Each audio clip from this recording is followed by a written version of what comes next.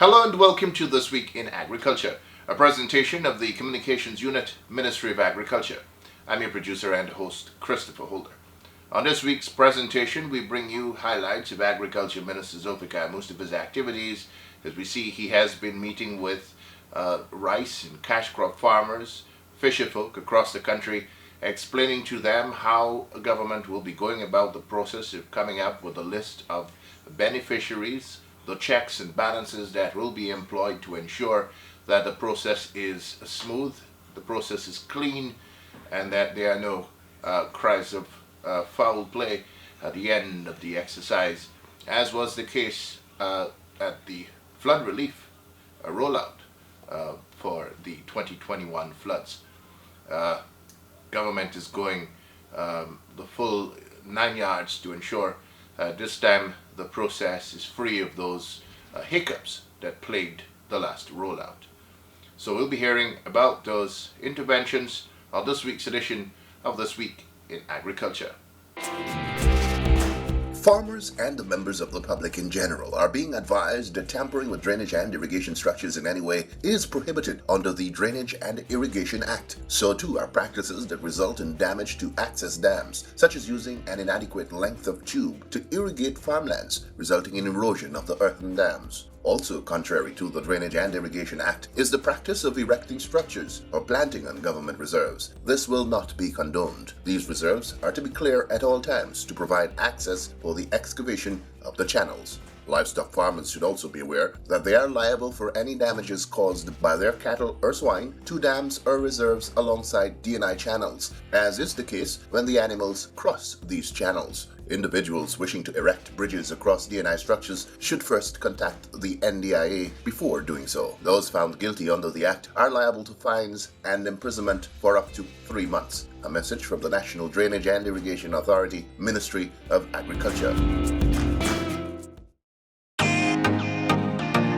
Here's an important notice. Do you know that it is illegal to import, store, distribute, sell, and purchase antibiotics without a license or prescription, as the case may be? According to the Antibiotic Act of 1952, owners of livestock and other animals are not permitted to purchase and use antibiotics unless prescribed by a veterinarian. It should be noted that the misuse of antibiotics could result in the development of resistance to the very antibiotic, which in turn will pose health risks to the animal and to humans. The GLDA advises that farmers should not administer antibiotics to animals unless prescribed by a veterinarian. Non-compliance with this act will result in fines and imprisonment. A message from the Guyana Livestock Development Authority, Ministry of Agriculture.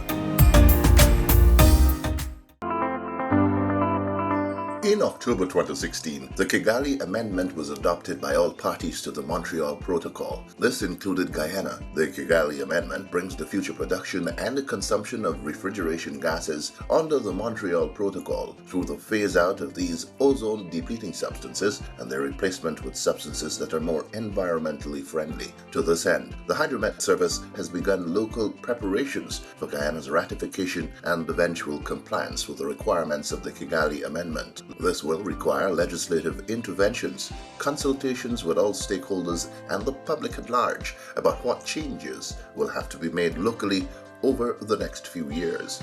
These consultations will begin shortly and will be advertised on all print and broadcast media platforms as well as on social media. For more information, visit the Hydromet website at hydromet.gov.gy. A message from the Hydromet Service, Ministry of Agriculture.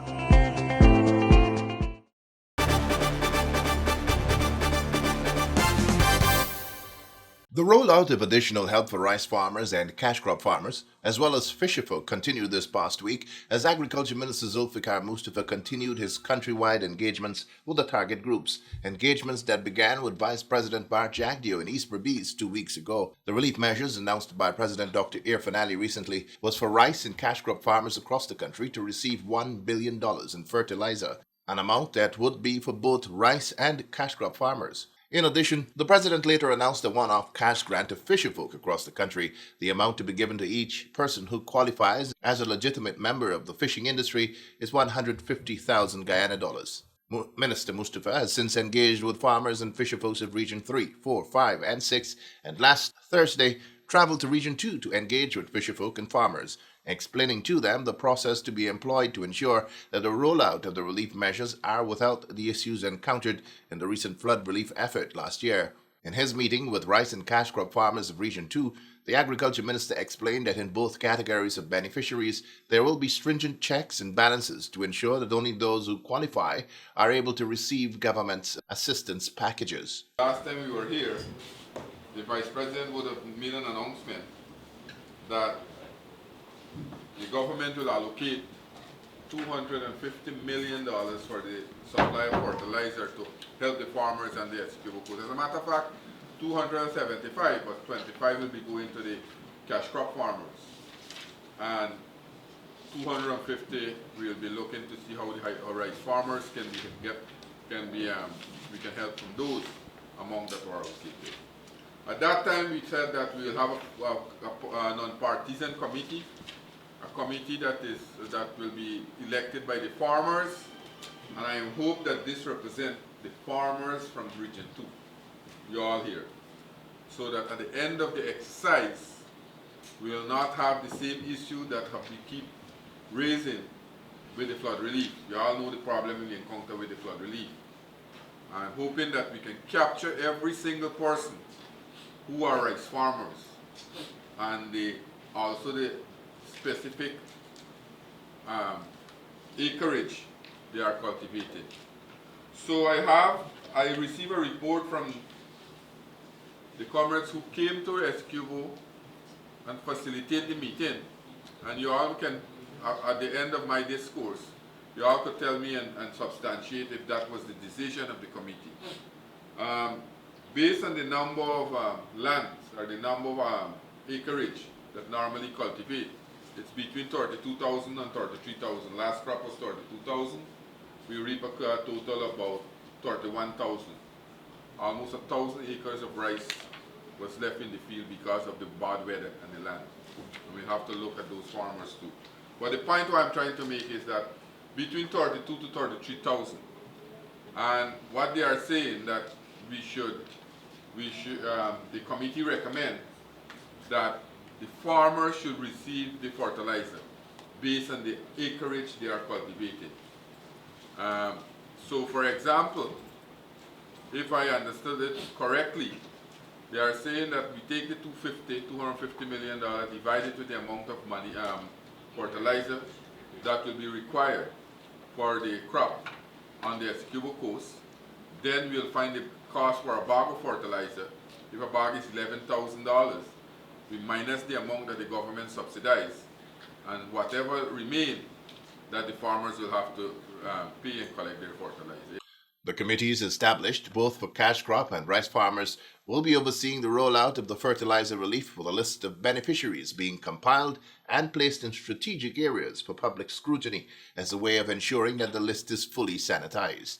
The message to fisherfolk of the Essequibo Coast who turned out in their numbers was the same: work with government and its officers on the ground in ensuring that a proper list is drawn up that is true and all-inclusive of those in the catchment group. And we will take the entire month of June to verify the names. And I want to warn that we should not try to smart the system. We should not try to smart the system. I just want to define how the fishery department will work to ensure that at every landing site we get a small committee to verify the names. We got 5 major landing sites on the Essequibo Coast, and we got about 16 altogether. We got a number, some boats normally come. So I am suggesting that we do it at every landing site so that we can have transparency. I already learned, and we learned our lesson in the flood relief. Let me be very frank with you all. So that is why we'll take all steps to make these things transparent. Right? I understand some men have said that them will work on the boat and the wife of the owner. Some of them men have said that fishermen got to pay them to put their name on the thing. Well, we know the fishermen too. Right? We must not be so callous. Let us be very frank. Everybody must benefit from this who are entitled. You all agree with me? Every single person. And the fishery officer have been instructed, Mr. Denzil, to work along with you, and the RDC will also be part of it, to form this committee at the various sites. Now this will be easy for us. If you have, for example, charity, you got a 5 or 7 man committee or from that area, you got all the fishermen there and you verify the list. When the list is being prepared and verified by the committee, we'll take it back to the landing site and put up the names. Give them a week that these are the people who were recommended for the relief. As long as there is no objection, the relief you'll receive your relief. Both categories of farmers have been assured that those who qualify will receive the government assistance by mid-July.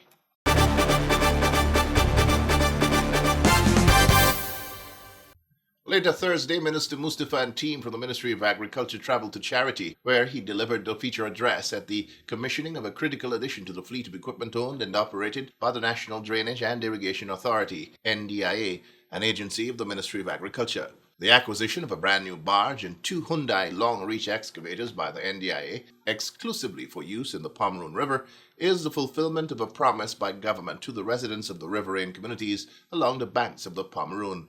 Speaking at the commissioning exercise, Chairman of the NDIA, Mr. Lionel Wordsworth, disclosed that the equipment forms part of the NDIA's Capital Works program and saw the barge being built locally for $84 million, while the 2 onboard excavators were acquired at a total cost of $30 million. The NDIA chairman also spoke to some of the ongoing drainage works in the Pomeroon.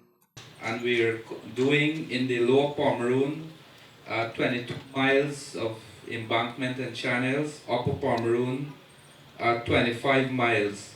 With these 2 equipment, it allows us now to do an additional 38 to 40 miles at a minimum annually. Now all of these here would add to the overall program that we have for the Pomeroon, improve drainage, block drainage, and you may recall also we talk about the flood embankment on the left side from Siriki going all the way to Akawini. These are being looked at, and we also discuss putting control structures on the right bank of some of those channels in the Koja area so we can have better control. So these projects are still being considered, and the Pomeroon itself, it's much publicized that the contract has been awarded for the dredging of the Pomeroon River mouth. And to give you a brief update, we have received all the bathymetric surveys and for us to determine the exact alignment that we want to put the channel, do the dredging so we can establish a form channel. So we're just about concluding that part of it, and the contractor will be given a go-ahead. In his feature address, Agriculture Minister Zulfikar Mustafa said the commissioning ceremony marked another milestone in the long walk to development and prosperity for not only the residents of the Pomeroon, but all of Guyana, and epitomizes government's commitment to the agriculture sector and keeping the promises made in the PPPC's manifesto and to residents since taking up the reins of government just under 2 years ago. And over the last 22 months or 20 months, I was just looking at the expenditure for Region 2 alone. We have expended, at the end of this year, we'll be expending almost $2 billion, over $2 billion in Region 2 alone. So you could see the investment that I'm talking about. This here, the pontoon with the 2 excavator, is an investment. We heard the chairman of the NDIA would have said almost $145 million. But then we have other main structures because agriculture is important in Region 2. And as a government, we have to build the necessary infrastructure. We have to ensure we put in the necessary infrastructure so that farmers can farm and produce. And that is why this year alone, right here in Charity, we'll be building a brand new pump station at a cost of almost $600 million. We'll be building the Andrews pump station. We'll rehabilitate the Cozier pump station. We'll build a big brand new sluice at Kapoi. Those are big projects. on the Essequibo coast. And that is only one region I'm talking about. And over the last 20 months, as I said, promises, as a government, we take promises very seriously. Our party's philosophy is rooted in the working people of our country. And we have seen over the last 20 months the promises that we have made during the campaign, when we were campaigning. We have delivered more than 85% already, less than 2 years in our term in office. Less than 2 years. Also present at the commissioning exercise were residents of the Pomeroon who were loud in their praise of government and Minister Mustafa for the support they've been getting. I would just like to bring greetings from St. Monica Karawap. Thank you very much for all that you have supported us, and we look forward for your support, and we know that this equipment that you'll be giving us this afternoon, I know we will make full use of it, because shortly I think our village will be using that same thing for drainage. But we are privileged to be blessed with these two machines. I must say it's going to help very much in the drainage in Pomeroon. Of course, we have to understand that everybody cannot get help at the same time. And my wish is that we have an orderly way in which we carry out things. And even though it's a plus to us, let it not bring any feelings when it comes to who will get the first help. And so with a team that is going to manage these excavators, we hope that things will work smoothly and the work will go on and people will get the benefit of it. We thank the government for this gift. Today, we are happy to see before our eyes two brand new Hyundai excavators and a brand new R2. You know, sometimes when you listen to prayer, sometimes the party must even start to make it and only per se. But however, today, there is a word we have to use: commitment. We can safely say our lives are in the hands of a committed government, a government that keeps its promises. And today we are seeing that the promise for the two machines and the pontoon has now been delivered on the Pomeronians. Thanks to the government, thanks to the president, and thanks to the minister, who we know had the responsibility of putting things together so that today we can have these two brand new machines. These machines have to work to build savanna defenses, because the water from the savanna, the rainwater, overtapples savanna dams, so we have to build bigger, huger dams to prevent that. Then to the front, we have to get huge dams to prevent the overtapping of the river water. Because we know that when the dredging finish, we will get water coming in at a faster rate and going back at a faster rate. So we must build strong river defense. These machines can work for years with good administration and proper care of what was given to us. Minister Mustafa, flanked by regional officials, cut the ceremonial ribbon for the new pontoon and excavators and toured the deck. He was also given a demonstration of one of the excavators in action.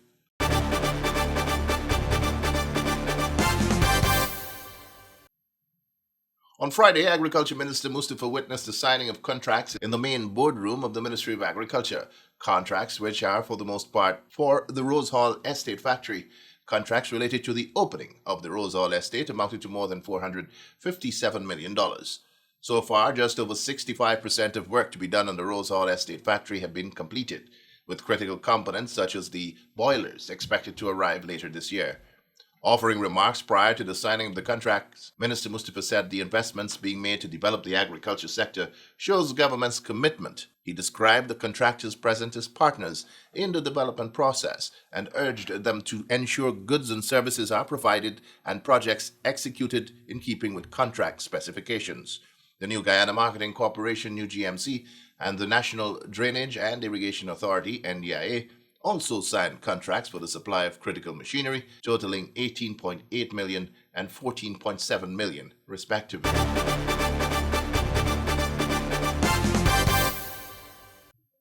On Saturday, Agriculture Minister Zulfikar Mustafa issued this statement in light of reports that some potential beneficiaries of government's relief measures were being turned away by agency staff.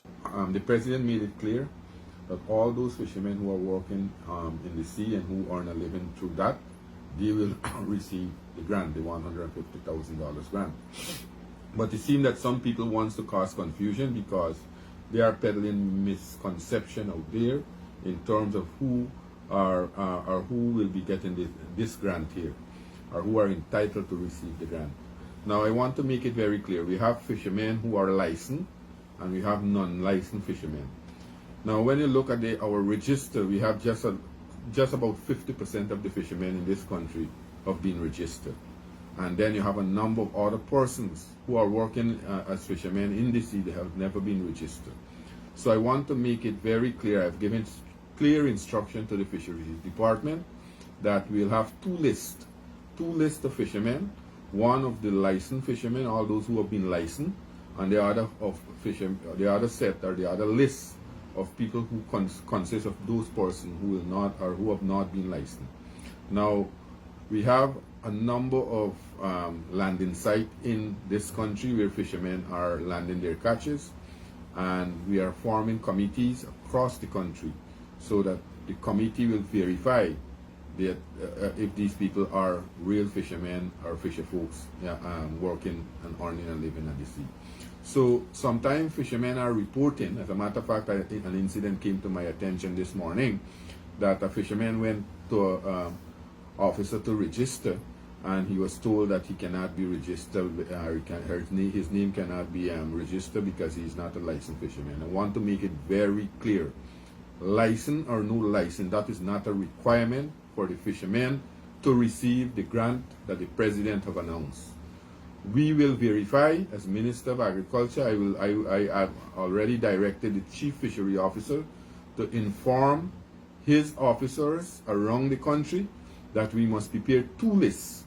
One of fishermen who are licensed, and the other will consist of the fishermen who are not licensed.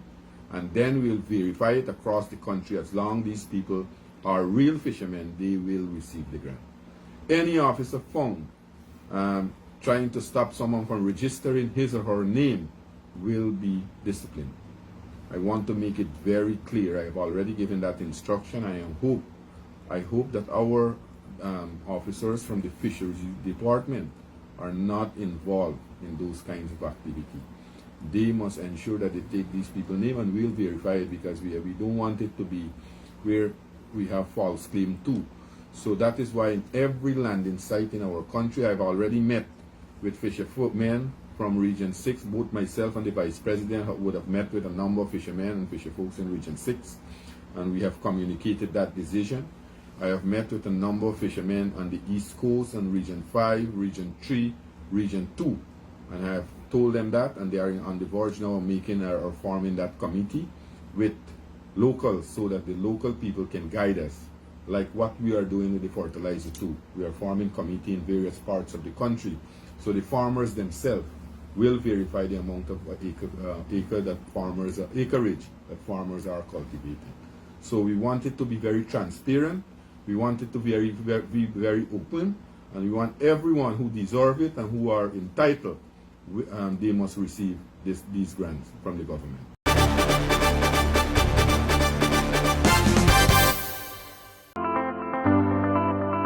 In October 2016, the Kigali Amendment was adopted by all parties to the Montreal Protocol. This included Guyana. The Kigali Amendment brings the future production and the consumption of refrigeration gases under the Montreal Protocol through the phase-out of these ozone-depleting substances and their replacement with substances that are more environmentally friendly. To this end, the Hydromet Service has begun local preparations for Guyana's ratification and eventual compliance with the requirements of the Kigali Amendment. This will require legislative interventions, consultations with all stakeholders and the public at large about what changes will have to be made locally over the next few years.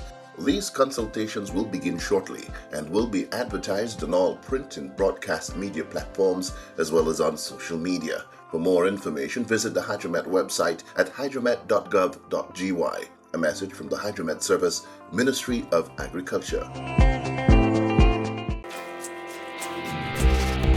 Farmers and the members of the public in general are being advised that tampering with drainage and irrigation structures in any way is prohibited under the Drainage and Irrigation Act. So too are practices that result in damage to access dams, such as using an inadequate length of tube to irrigate farmlands, resulting in erosion of the earthen dams. Also contrary to the Drainage and Irrigation Act is the practice of erecting structures or planting on government reserves. This will not be condoned. These reserves are to be clear at all times to provide access for the excavation of the channels.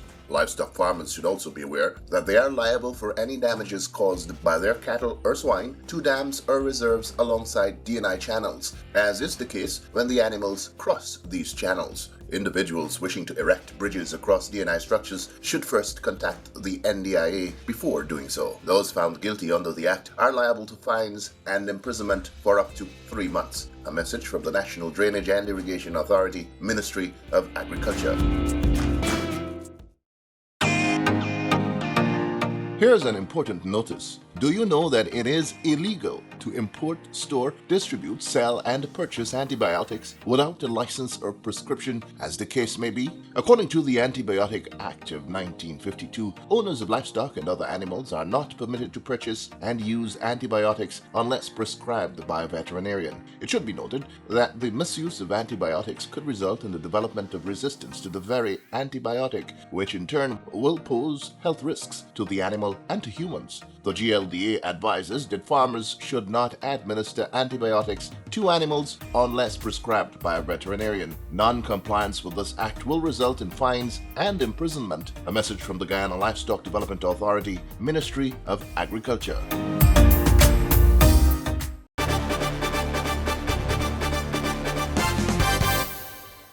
Well, that's all the time we have on this week's edition of This Week in Agriculture, a presentation of the Communications Unit, Ministry of Agriculture. I'm your producer and host, Christopher Holder.